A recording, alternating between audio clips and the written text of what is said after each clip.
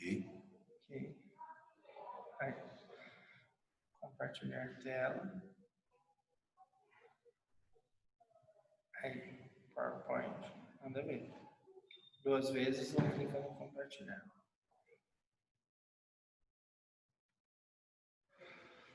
Beleza? Só mandar ver. Aí, o que acontece? Aqui, ó, 4 dedos vem para cá e para cá, certo? Aqui é o Internet Explorer, pode até fechar. Legal você ver aqui o zoom, que aí você vê quem tá e quem não tá. Peraí. Ó, conectando, a Júlia Romero conectou. Ó, deixa eu aumentar aqui. Ó, que aí 4 dedos vem para cá e para cá. Ó, aqui, fechar, né? Só essa aula. Tentar deixar tudo mais simples. Ah, achei a barra aqui para você. Ó. Essa barra do Zoom mostra. Tem 4 participantes, certo? E aqui tem um chat. Ó. Fica, só preciso achar. Ó, um chat.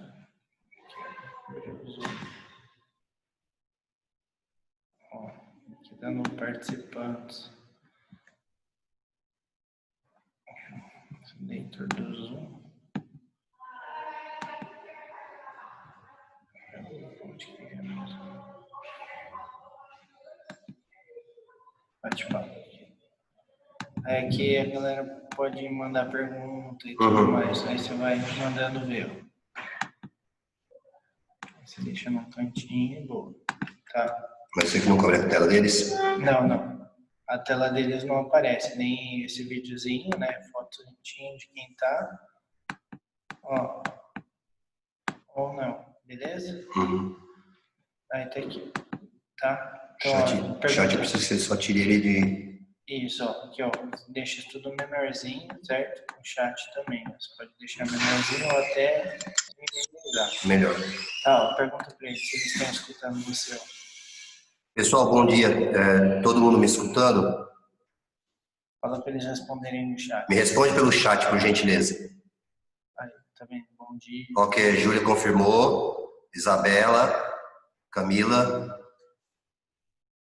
Ok. Bom dia. Saudade de vocês, viu? Mentira, já passou. Vamos dar só mais um minutinho ou 2 e a gente começa a nossa aula de Barroco 1, né? Ô, Isabela, muito obrigado, muito gentil da sua parte. É fácil dar aula com as turmas iguais a de vocês. Pessoal interessado, espero que vocês estejam se cuidando, viu? Tomem bastante água, cuidem da hidratação de vocês, máscara, não saiam de casa à toa.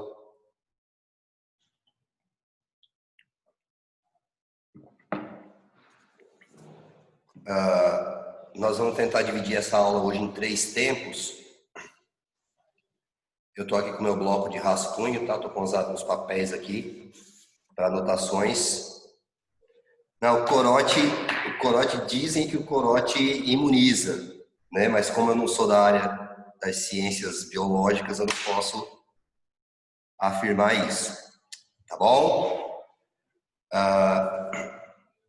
Pessoal, nós vamos dar início hoje, dar seguimento às nossas aulas de literatura, né? Hoje a gente começa o Barroco, tá? Possivelmente eu não consiga fechar hoje o Barroco, mesmo tendo 3 tempos a aula, ok? Talvez eu feche na semana que vem, porque tem a previsão para Barroco 2, tá bom? Vamos lembrar aqui só um pouquinho, só um minuto que eu me enrolo ainda com isso aqui, tá? Ok. Essa imagem que vocês estão vendo aí no primeiro slide é a imagem de uma obra do Caravaggio, né? Um pintor extremamente significativo para o barroco. Essa imagem se chama a Medusa, né? Figura mitológica muito conhecida de todo mundo aí. E reparem esse aspecto, né? Um aspecto que é um misto de surpresa, de horror, de violência, né? Nós temos aí essa questão do sangue escorrendo.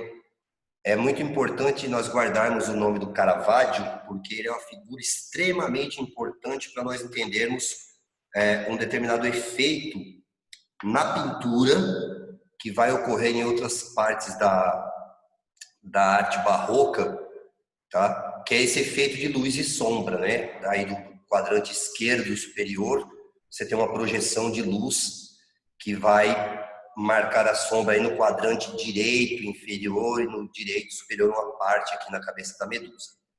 Tá certo? Vamos começar a parte propriamente dita da literatura e nós vamos conversando aí pelo chat, tá bom? Se eu estiver correndo muito, vocês dão um toque aí, beleza? E depois nós vamos disponibilizar essa aula gravada para vocês, ok? Vamos lá. A última aula que a gente teve, a gente falou do Renascimento, né? A gente falou do classicismo, a gente falou do Camões, falou da medida nova, medida velha, os Lusíadas e tudo mais, né? Vamos lembrar, só dar uma atualizada dos nossos arquivos aí, que lá atrás eu tinha falado para vocês que uma das marcas que tinha muita importância, muita relevância para o classicismo era a questão do ciclo das navegações, era a questão do caminho para as Índias, de ter contornado o Cabo da Boa Esperança, né? E toda essa nova plástica que a gente teve da geografia, da economia, da política, da cultura mundial, né? E isso coloca Portugal numa situação de extremo protagonismo na história, né? Por quê? Portugal no século XVI, vamos pegar ali 1572, é a publicação dos Lusíadas, né? Nesse período, Portugal tinha a sua sede na Europa, Portugal já havia descoberto o Brasil na América, já tinha contornado o Cabo da Boa Esperança, né, em busca do caminho para as Índias. Ou seja, o plano expansionista de Portugal era uma coisa assim extremamente vigorosa, né? Extremamente vigorosa. A gente pode até pensar aí num termo que não é muito da minha área, mas que eu acho que cabe muito adequadamente aqui, que é a questão de um movimento imperialista, né, de Portugal. Você pega Portugal expandindo para tudo quanto é lado, tá? E isso com uma frota naval. Nós não estamos falando de um aparelhamento moderno, não. Nós estamos falando de uma frota naval, de caravelas, vamos lembrar lá da escola de Sagres, da escola de navegação de Sagres, né? E tudo mais, né? Ocorre que nesse período, tá? 1572, nós temos lá a publicação da obra Os Lusíadas, né? 1578 ocorre a chamada Batalha de Alcácer Quibir, né? Alcácer Quibir, uma tradução aproximada do árabe, seria grande fortaleza, se eu não estiver enganado, tá? Essa grande fortaleza, Alcácer Quibir, era um território do norte da África, onde hoje nós situamos o Marrocos, tá? Acontece que o rei Dom Sebastião, dentro desse plano expansionista exacerbado dele, né, acabou, obviamente, cometendo alguns deslizes operacionais no teatro de guerra, né? Isso significou uma derrota fragorosa, né? Portugal foi esculhambado, né? Portugal tomou um sacode, um sapeca iaiá no território do norte da África, lá em Alcácer Quibir. Com isso, ocorre o desaparecimento de Dom Sebastião. Vocês que são pessoas mais cultas que eu, vocês que têm bastante história, literatura, geografia, misticismo e tudo mais, vocês devem se recordar do mito de Dom Sebastião, também conhecido como sebastianismo, né? Aquela ideia que durante muito tempo foi válida em Portugal, que era a ideia do ressurgimento do rei menino, né? Dom Sebastião era conhecido como o rei menino. Então havia, em alguns lugares, dizem que ainda há esse mito sebastianista, o mito do retorno de Dom Sebastião para assumir o trono de Portugal e recolocar Portugal no seu devido lugar dentro da história da humanidade. Tá? Existe um livro do Fernando Pessoa, é um livro que se chama Mensagem, ele está em alguma das listas de vestibular desse ano, eu não sei se era UFO, meio de ano, eu não vou lembrar agora, minha memória vai me trair se eu falar qualquer coisa. Tá? O Mensagem do Fernando Pessoa, ele é todo roteirizado dentro da história de Portugal, um livro de poemas que se roteiriza, que se pauta pela história de Portugal, tá bom? Nós tivemos eco, né, do mito sebastianista aqui no Brasil.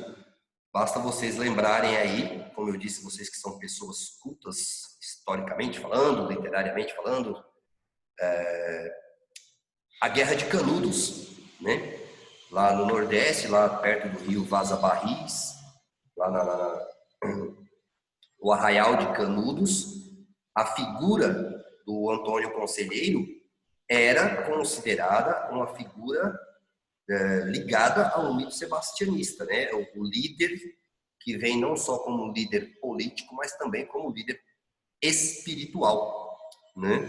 O Antônio Conselheiro, a frase dele em uma das pregações, vamos dizer assim, é uma frase muito célebre, né? Que o sertão vai virar mar e o mar vai virar sertão, né? Isso depois virou música e, inclusive, existe uma referência meio que, não digo velada, mas também não muito confirmada, na obra Vidas Secas, do Graciliano Ramos, a figura da baleia, a cachorra-baleia, né?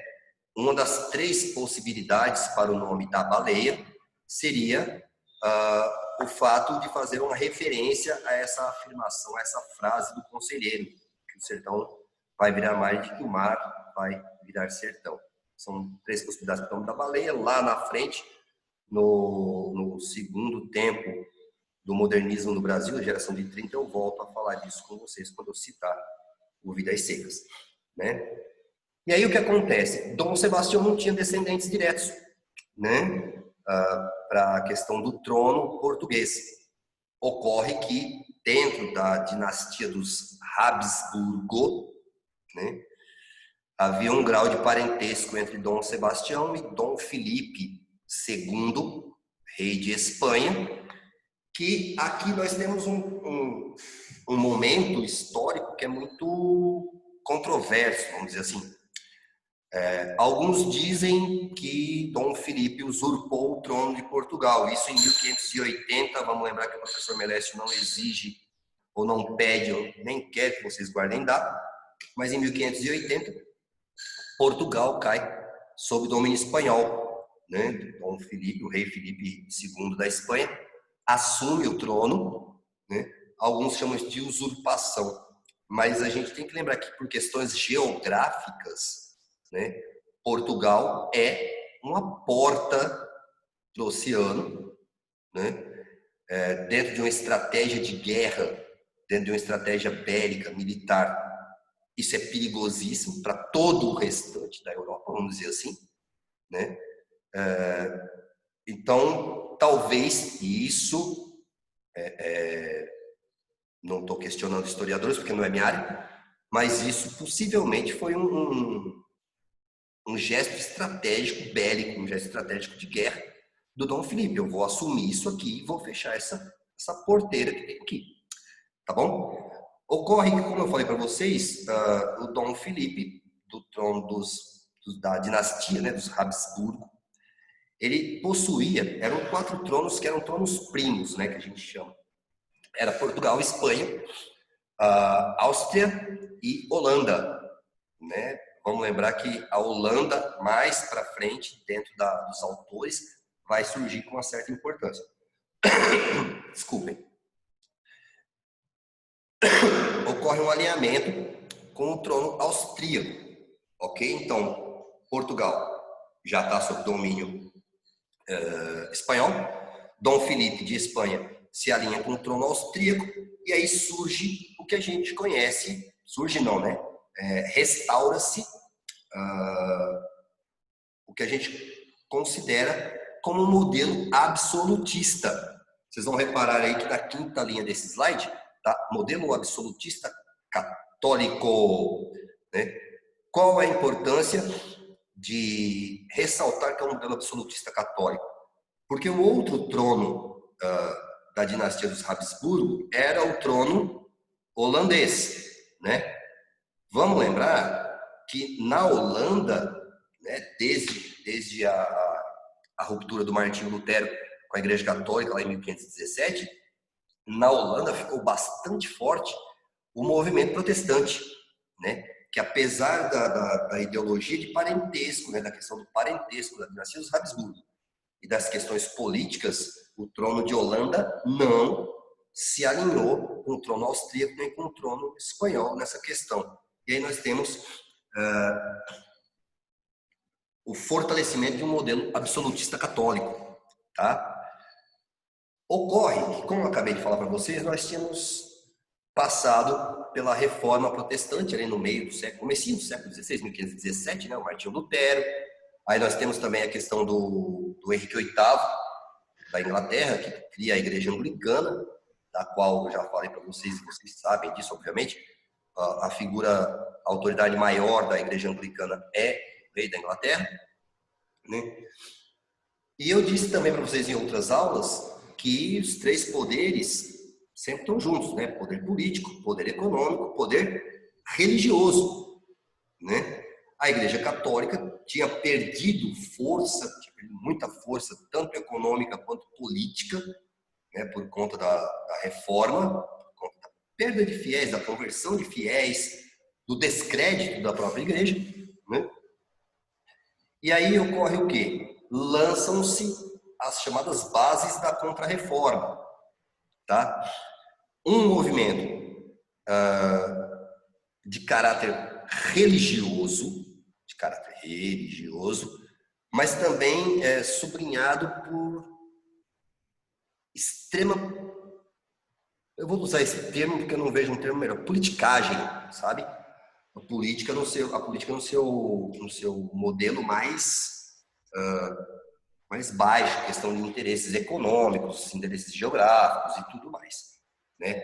Nós tivemos aí a repercussão, inclusive, da Contra-Reforma aqui no Brasil, né? Nós estamos aí na metade do século XVII.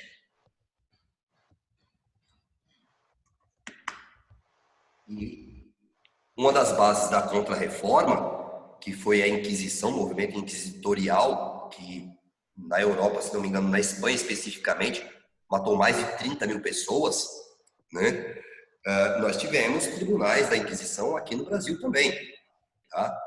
Então, você tem aí as três bases da reforma. O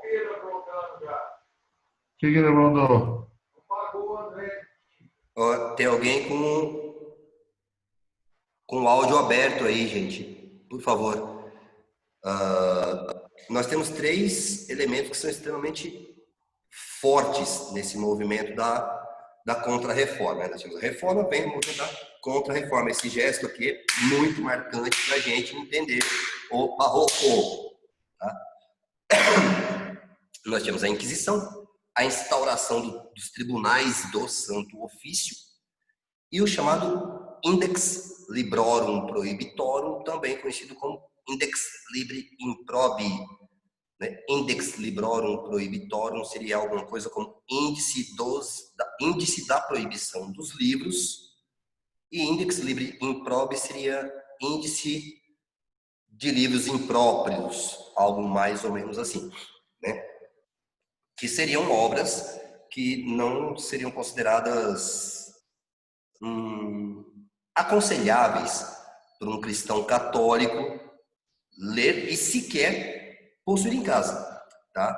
vamos lembrar que nesse período aí da instauração do Index, alguns autores que foram parar no Index Librorum Prohibitorum foram Camões, Gil Vicente, né, e tantos outros, tá bom? Só lembrando a vocês que o funcionamento do Tribunal do Santo Ofício da Inquisição, ele não exigia provas concretas, tá? Só para vocês terem uma ideia do funcionamento, e a esse respeito existe uma série brasileira muito interessante que se chama A Muralha, né? São 4 DVDs e que mostram um período em que os tribunais do Santo Ofício são instalados aqui no Brasil. A Muralha é uma série que a Rede Globo fez, não faz alguns anos aí, 2000, 90 e pouco, 2000, tá?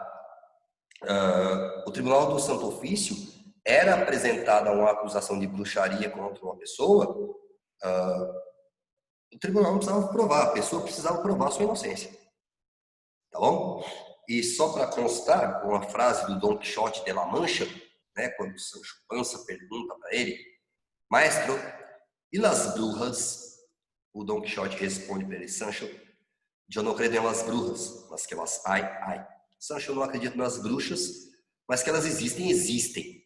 Né? Eu estou dizendo isso porque até hoje, dentro da Igreja Católica, existe uma comissão que é responsável pelo Index Librorum Prohibitorum, tá? Existem pessoas que leem obras literárias, leem obras publicadas e que indexam, né, colocam no index ou não essas obras, desaconselhando. Hoje não proíbe mais. Se alguém te pegar com um livro desse, você não vai preso, não vai para fogueira, tá? Não é isso. Mas está lá na listinha dos livros que são desaconselhados, tá? No começo dos anos 2000, só para vocês entenderem, a série Harry Potter e a série Crepúsculo foram parar nesse índex. Tá bom? Essa obra que vocês estão vendo aí é o Narciso, né, do Caravaggio. Vocês devem se recordar da lenda do Narciso, que passava, era um homem tão belo que passava os dias admirando a própria beleza na beira de um lago, né? Uma coisa bastante interessante.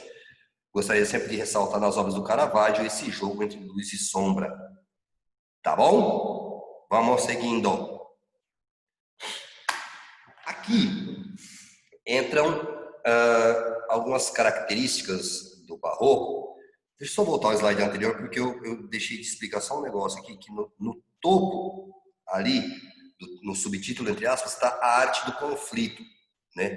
Por quê? Todo esse painel que eu tracei para vocês agora, ele vai bater de frente com a questão do Renascimento, né? Nós víamos lá do Renascimento, a visão antropocêntrica de mundo, o homem é o principal ator de tudo, e aí acaba acontecendo o quê? Com esse alinhamento dos tronos na Europa, esse modelo absolutista católico, os elementos da Contra-Reforma instaurados, eu tenho a fixação do teocentrismo. E é por isso que eu falei daquele movimento, né? O cara tá vindo lá no Renascimento com toda a liberdade criativa, com toda a liberdade cultural, se percebendo como o principal ator da sua existência. Aí chega todo esse movimento da Contra-Reforma, todo esse painel político e, antropocentrismo, né? Vamos parar com esse negócio aí de liberdade criativa, liberdade de ação e tudo mais. Daí a ideia do barroco será a arte do conflito, né? Quando eu falei dessa questão da luz e sombra no Caravaggio, esse conflito aparece na pintura através da luz e sombra, né? Nas esculturas vai aparecer através da oposição entre alto relevo e baixo relevo. Agora, na literatura, como é que a gente apresenta oposições? Como é que a gente apresenta conflitos? Como é que a gente apresenta choques, impactos? Né? Nós vamos apresentar isso através de figuras de linguagem, né? Basicamente a antítese e o nosso amigo paradoxo, também conhecido vulgarmente como oxímoro. Ok? Dando continuidade, aí nós temos algumas características da arte barroca. A primeira característica é o fusionismo. Tá? O que seria o fusionismo? Para o artista barroco, não basta só expor os conflitos, tá? É necessário também tentar conciliar esses contrastes, tá? Aqui nós temos uma imagem, uma escultura do Bernini, que se chama O Êxtase de Santa Teresa, também conhecido como a Transverberação de Santa Teresa, que é a reprodução física, né, a reprodução através de uma estátua do êxtase de Santa Teresa de Ávila. Vamos reparar aí que eu tenho a figura da religiosa no canto inferior direito, no quadrante inferior direito, né, com uma expressão de êxtase, e vamos lembrar aqui que existe um êxtase nessa imagem, quase que um êxtase sensual, tá? Sem levar isso pro nível mais baixo. Lembra quando eu falei da diferença de erotismo e pornografia? Tá? É um êxtase sensual. E a outra figura é um anjo que veio provocar o êxtase de Santa Teresa. Podem reparar que o anjo porta uma lança na mão direita, e ela teria, e isso existem relatos, vocês encontram isso aí dentro da internet, relatos que este anjo teria vindo a mando de Deus e fustigado Santa Teresa, espetado Santa Teresa com essa lança, que segundo descrições da própria freira, da própria religiosa, a ponta da lança não era física, ela era constituída pelo fogo do amor de Deus, o fogo do amor divino, né? E esse anjo veio para provocar nela essa sensação. Repare que eu tenho a questão da fusão, né, como eu falei, de dois pontos muito díspares, né? O êxtase com a aparência de êxtase sensual, não sexual, sensual, né? Provocado por uma figura angelical, né? Então tem um confronto aí, né, que eu vou tentar fundir de alguma maneira, tá? A diferença, vou fundir os opostos, né? Lembra lá da arte do conflito? Eu vou fundir os opostos, eu vou fundir o angelical, o divino, o imaterial, o insensível, né? Insensível no sentido de não se pode sentir, com o físico, o material, o sensível, aquilo que se pode sentir. Repare, inclusive, na diferença de plano que eu tenho das duas figuras, né? A figura do anjo, uma figura mais elevada, mais tangencial, tocando o celestial, enquanto que Santa Teresa está numa posição de inferioridade de plano, né? Dando a sensação do próximo ao material. Ok, pessoal? A próxima característica do barroco é a questão do pessimismo. Vamos entender o porquê. É um período de muita dúvida, de muita incerteza, que traz para o homem o quê? Uma visão desencantada da vida, né? Uma visão desencantada do próprio homem, uma visão extremamente conflituosa, porque, veja, você vem lá do século XIV, século XV ali, questão teocêntrica muito forte, não sei o quê. Você entra no Renascimento. Aí você vê a questão antropocêntrica, né? O homem se percebe atuando na sua própria existência. E aí o que ocorre? De repente você tem uma imposição, vamos levar por esse lado mesmo, uma imposição. O poder religioso se alia ao poder político, né? Até por questões econômicas, e opa, parou, não é assim e tudo mais. O homem se encontra perdido, né? Nós vamos ver reflexo disso. Lembra que eu falei para vocês daquela curvatura toda da literatura, que os momentos literários não são estanques, um nega o anterior, vai buscar no outro, mais anterior, as características para sua produção. Esse pessimismo, ele é muito gritante onde? No segundo momento do romantismo, né? Lembra lá da geração byroniana, a geração do mal do século, lembra disso? A geração ultrarromântica, né? A questão do spleen. Esse pessimismo vai estar presente ali, né? A morte é um elemento muito forte no momento barroco, até porque ela surge como uma ameaça, né? Você tem uma ameaça em que aspecto? Não é só a morte em si, mas o que vai acontecer com você depois da morte, né? E para que aconteça o mínimo pior possível, você tem que levar uma vida assim, ascética, né? Ascética, de ascetismo, uma vida cheia de privações e tudo mais.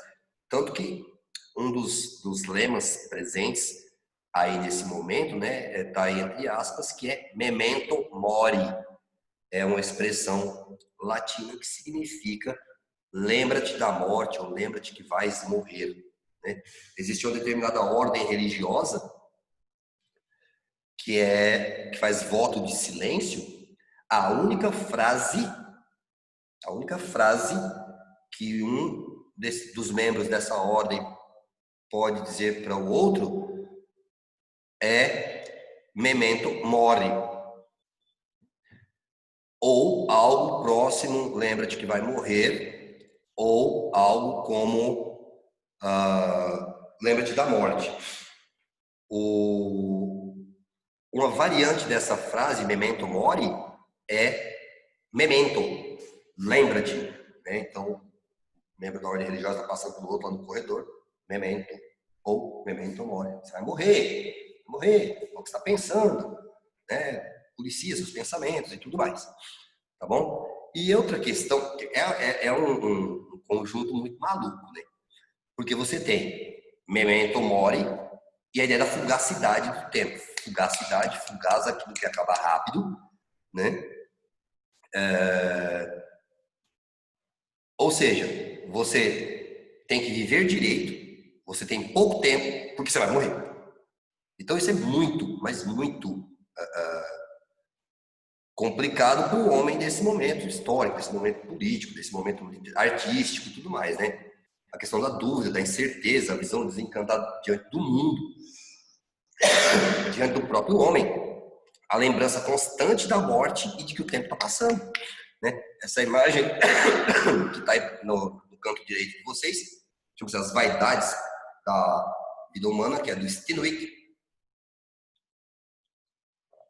que é um conjunto de referências à fugacidade da vida, né? A caveira, a lâmpada que se apaga, o livro que não é terminado de ler, a concha que abrigava uma vida, né? Então, esse momento é um momento de bastante dúvidas e incertezas. Vamos ver o que eu tenho aqui agora. A questão do feísmo. É isso que vocês estão pensando, feio, né? Feísmo.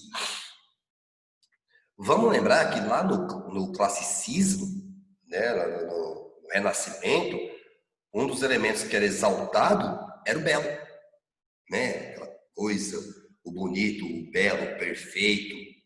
E o Barroco trabalha com essa ideia do feísmo, de romper com o clássico, de trabalhar com aspectos grotescos. Essa tela que tem aí, de novo, do Caravaggio, chama-se Judite e Holofernes, né? É uma passagem bíblica, retrata uma passagem bíblica, em que o general Holofernes é decapitado por Judite, né? Ele invade a cidade e tenta seduzi-la, tomá-la à força, e a Judite espera o momento adequado e decapita o Holofernes. Daí os aspectos grotescos. Isso aí vai remeter a gente àquele primeiro slide, lembra que eu falei para vocês lá da medusa, né, da abertura da aula, né? Esse aspecto do grotesco, tem a expressão locus horrendos, né? No arcadismo, que também é chamado de neoclassicismo, nós vamos ver o locus a menos, que aparecia lá de uma certa forma no classicismo, né? Locus a menos, o lugar aprazível, a locação aprazível, é substituída no barroco pelo locus horrendos, ok? E aí traz essa dualidade humana que eu falei no slide anterior, aquele desencantamento do homem com o próprio homem, do homem com a vida, do homem com o mundo, né? Essa dualidade ela é muito presente. O homem que é santo e pecador ao mesmo tempo, todos nós, vamos dizer assim, e o homem que é o anjo demoníaco, o anjo e o demônio. Se você tem o santo e o pecador, nem você, obviamente, você tem o anjo e o demônio. Lembra lá, né, daquela figurinha que aparece nos desenhos animados, nas séries mais divertidas assim, que o cara precisa tomar uma decisão, de um lado aparece um anjo, do outro aparece um demônio, e o cara fica, né, dividido naquele maniqueísmo, né? A questão do maniqueísmo. A divisão, de uma certa forma superficial, entre bem e mal. Só existem as duas polaridades, o bem e o mal. Ou a pessoa é 100% boa, 100% ruim, e isso não corresponde à verdade, né? Todos nós temos a zona de sombra, as nuances entre a bondade, a maldade, a maldade, a bondade, aquela questão das nuances, tá?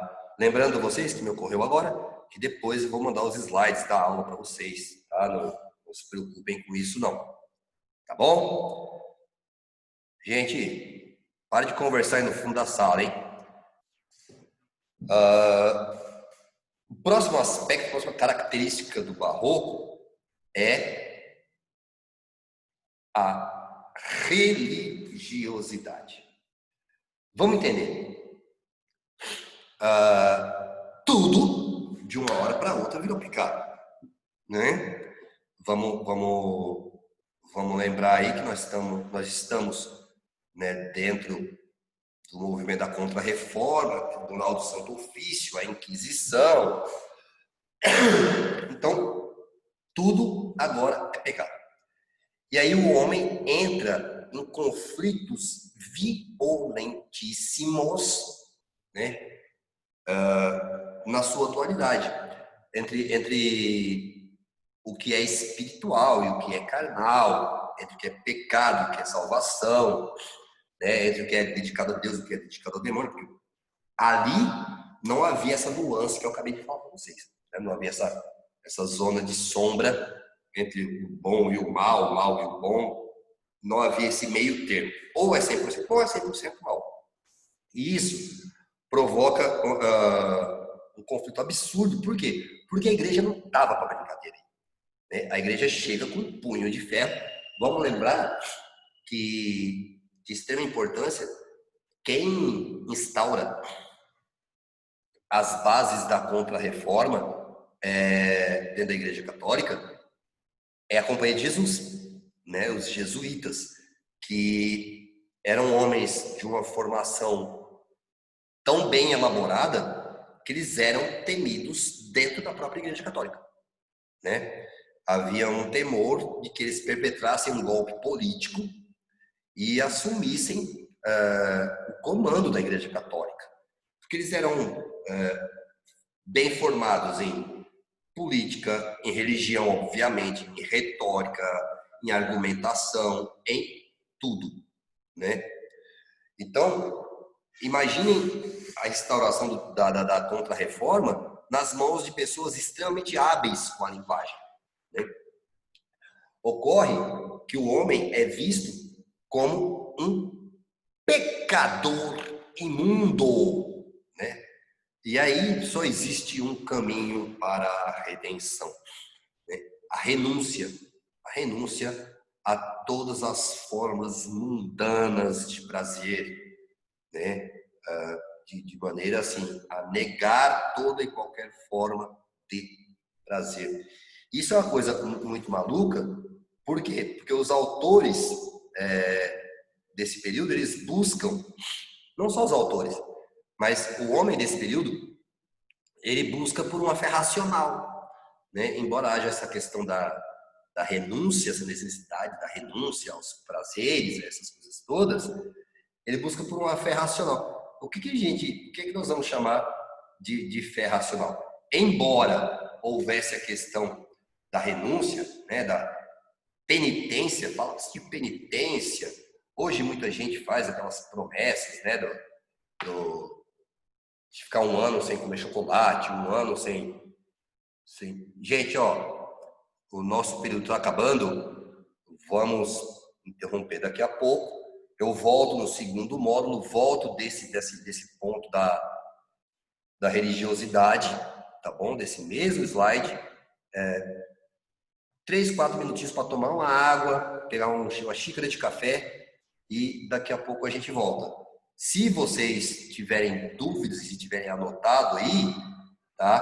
Podem enviar, tá? Pelo chat, que eu vou tentar abrir o próximo bloco já com esse tira dúvidas. Ok? Falta menos de um minuto aí. Eu vou só dar essa pausa, eu também vou pegar um pouco de água e daqui a pouco a gente retorna. Beleza?